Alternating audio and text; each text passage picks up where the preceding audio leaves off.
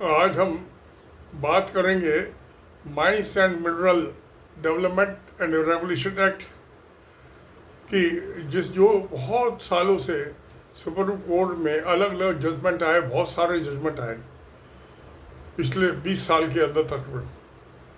तो अब जो था इसका जुलाई में 9 जजेस की बेंच थी सुप्रीम कोर्ट की, उसमें 8-1 की मेजॉरिटी से जो जजमेंट आया था। तो ये 25 जुलाई का जजमेंट था 2024 का। तो सुप्रीम कोर्ट ने स्टेट्स का कि राज्य जो है वो लीज पे ज़मीन देते हैं ये माइनिंग के लिए हैं, तो उसमें लैंड पे भी टैक्स लगा सकते हो, क्योंकि लैंड तो ट्राइबल्स की है और उसको लीज पर 30 साल 40 साल 90 साल की लीज पे सेंट्रल गवर्नमेंट को लाइसेंस देती है और वो ज़मीन तो लीज पे स्टेट गवर्नमेंट की अथॉरिटी है, सेंट्रल गवर्नमेंट की है नहीं ज़मीन, क्योंकि पट्टे पे देती है लीज। अब सुप्रीम कोर्ट ने ये सब सुनवाई के बाद सेंट्रल गवर्नमेंट जो है वो स्टेट्स का राइट मानने के लिए तैयार नहीं है। ये यूनियन ऑफ इंडिया है, फेडरेशन ऑफ इंडिया, वो कहता है कि इकोनॉमिक इंटीग्रेशन में सुप्रीम कोर्ट का जो जजमेंट है उससे उस पर चोट लगती है। अरे भाई, इकोनॉमिक इंटीग्रेशन किसका? स्टेट का या सेंट्रल का? तो जीएसटी तो कर दिया, मैं उसमें बेईमानी हो रही है। स्टेट्स का जो जितना शेयर बनता है सेंट्रल गवर्नमेंट देती नहीं है, देती है तो टाइम से नहीं देती, डिले करती है, चीटिंग करती है स्टेट गवर्नमेंट के साथ। तो जब ये 10 साल से पेंडिंग था 2005 से, आज 2024 चल रहा, 19 साल हो गए। अप्रैल 2005 में स्टे किया था सुप्रीम कोर्ट ने। बहुत सारे जजमेंट थे स्टेट्स के, सुप्रीम कोर्ट के भी क्या जजमेंट थे, उस सबको रिव्यू करके 9 जजेस की बेंच ने ये डिसीजन दिया था अपना। और 9 जुलाई 2024 को कि स्टेट्स को हक है, रॉयल्टी तो लेंगे ही लेंगे उससे, लैंड जो उनको देंगे उस पर भी टैक्स लगाने का अथॉरिटी है। सेंट्रल गवर्नमेंट कहती थी सेंट्रल गवर्नमेंट का अथॉरिटी है, स्टेट को नहीं है। सेंट्रल गवर्नमेंट दादागिरी करना चाहती है। अब एक जो मेन चीज है, जो ये मिनरल बियरिंग लैंड्स हैं, वहाँ जंगल लगे हुए हैं, सब ट्राइबल इलाके हैं। जैसे झारखंड तो मैं नहीं गया था, छत्तीसगढ़ में गया था, छत्तीसगढ़, बिहार भी गया हूँ, ईस्टर्न बिहार, बंगाल, उड़ीसा, राजस्थान, ये मिनरल बियरिंग स्टेट्स हैं और इनमें सबसे गरीबी सबसे ज़्यादा है, बेरोजगारी सबसे ज़्यादा है। और सेंट्रल गवर्नमेंट अपने कॉर्पोरेट दोस्तों को, बड़ी बड़ी कंपनियों को जो माइनिंग में इन्वॉल्व है, रिश्वत देती है पॉलिटिकल पार्टीज को, वो लीज लेने के लिए, परमिशन लेने के लिए, क्योंकि ऑक्शन होती है सुप्रीम कोर्ट के जजमेंट के मुताबिक, ये सब माइंस जो होती हैं, तो उसमें रिश्वत का भी कंपोनेंट होता है बहुत बड़ा। अभी कहती है भी इकोनॉमिक इंटीग्रेशन, भाई एक स्टेट जो है वो उसकी इकोनॉमिक हालत अच्छी है, जैसे तमिलनाडु है, केरला है, आंध्र प्रदेश है, तेलंगाना है, कर्नाटका है, महाराष्ट्र है, और पिछले 10 साल में तो गुजरात की भी हालत बहुत सुधर गई है। तो इंटीग्रेशन कहाँ हुआ इकोनॉमिक? एक स्टेट में बहुत ज़्यादा गरीबी है, बेरोजगारी है, एक स्टेट में जो उसकी जीडीपी, स्टेट की जो जीडीपी है और पर कैपिटा इनकम है, जीडीपी, वो बहुत दूसरा दुगनी है, 2.5 गुनी है, 3 गुनी भी है। तो फिर उसके जजमेंट के खिलाफ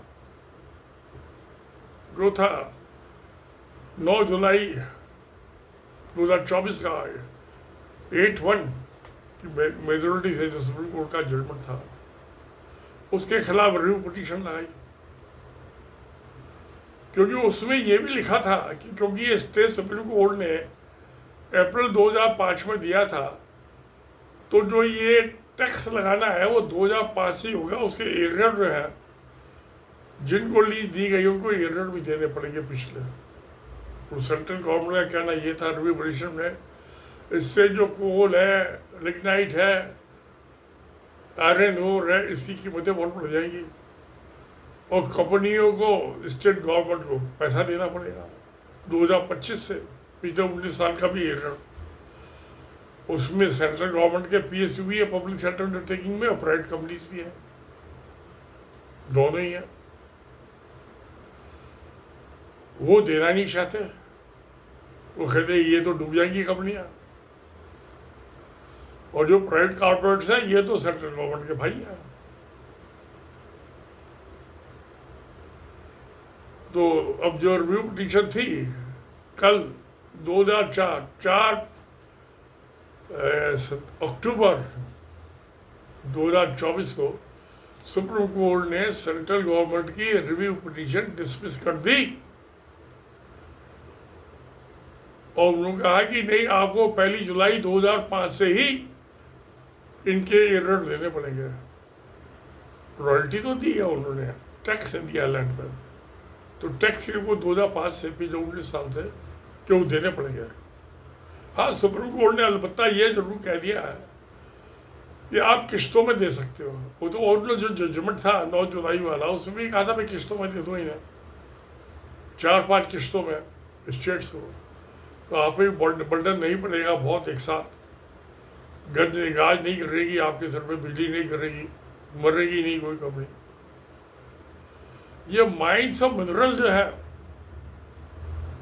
बहुत बड़ा करप्शन का, फ्रॉड का धंधा है, और ये सरकार देती है जिनको मिल गए, जैसे वेदांता है अनिल अंबानी की, अनिल अग्रवाल की।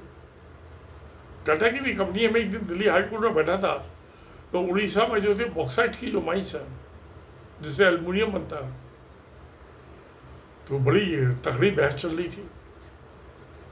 जो सरकारी वकील था वो तो कुछ बोला नहीं, फुद्दू था, मगर जो टाटा की एक वकील था वो भी अच्छा बोला। मगर जो अपोजिट पार्टी की एक वकील थी, वो लेडी वकील थी, वैसे धड़ाक से बोले, उसने प्याऊ प्याऊ करने लगा, सरकारी वकील भी और टाटा का वकील भी, माय नॉट सेव अस। मैं देखता रहा, वो लेडी बड़ी धड़ाके से बोली, वकील दिल्ली हाई कोर्ट में, और फैसला जो था उसी कंपनी के हक में गया। तुम लीज लेके बैठ गए और 30 साल से तुमने उस पर काम ही कुछ नहीं किया, कोई माइनिंग चालू नहीं की, तुम्हें किसी दूसरे को दे दो, उड़ीसा गवर्नमेंट दूसरे को दे दी, तो उसको बस सारी मुकदमेबाजी हुई।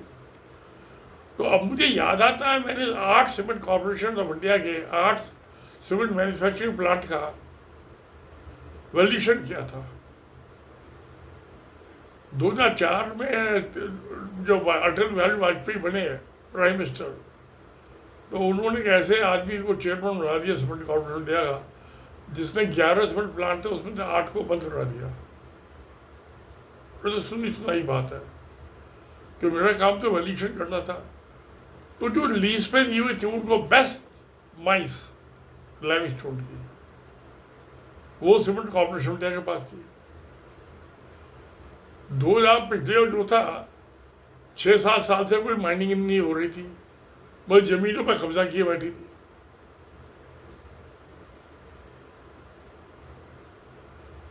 तो चीज मैंने देखी, ये तो मैं कहा ये नेशनल एसेट्स को का डिस्ट्रक्शन हो रहा है, और ये सेंट्रल गवर्नमेंट की PSU cement corporation of India,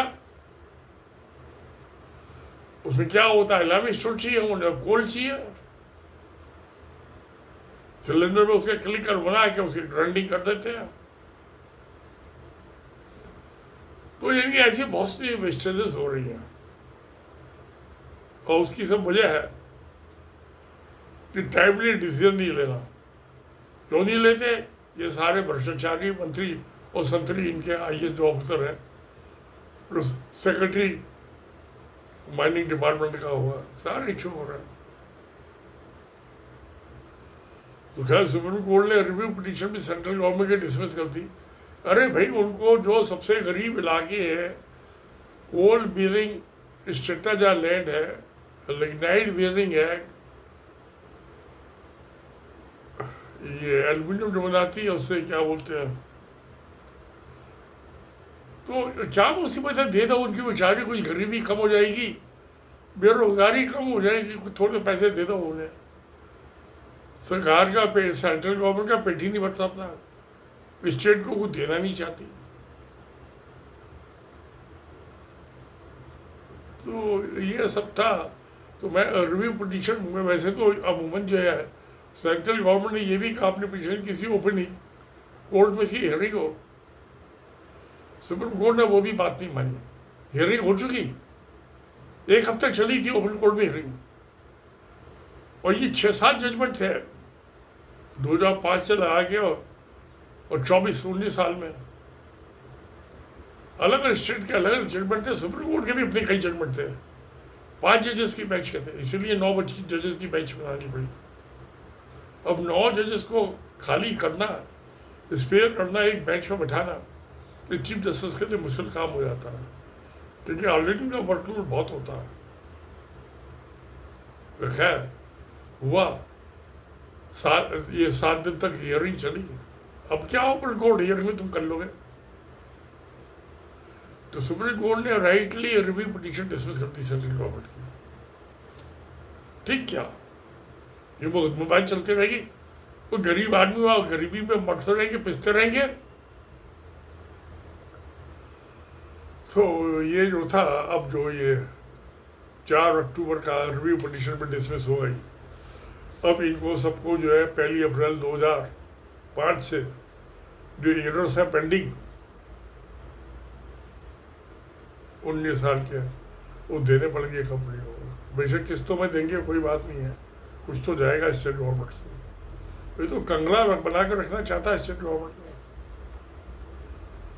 तो ठीक है, अच्छा भाई, सब धन्यवाद, शुक्रिया। सत्यमेव जयते।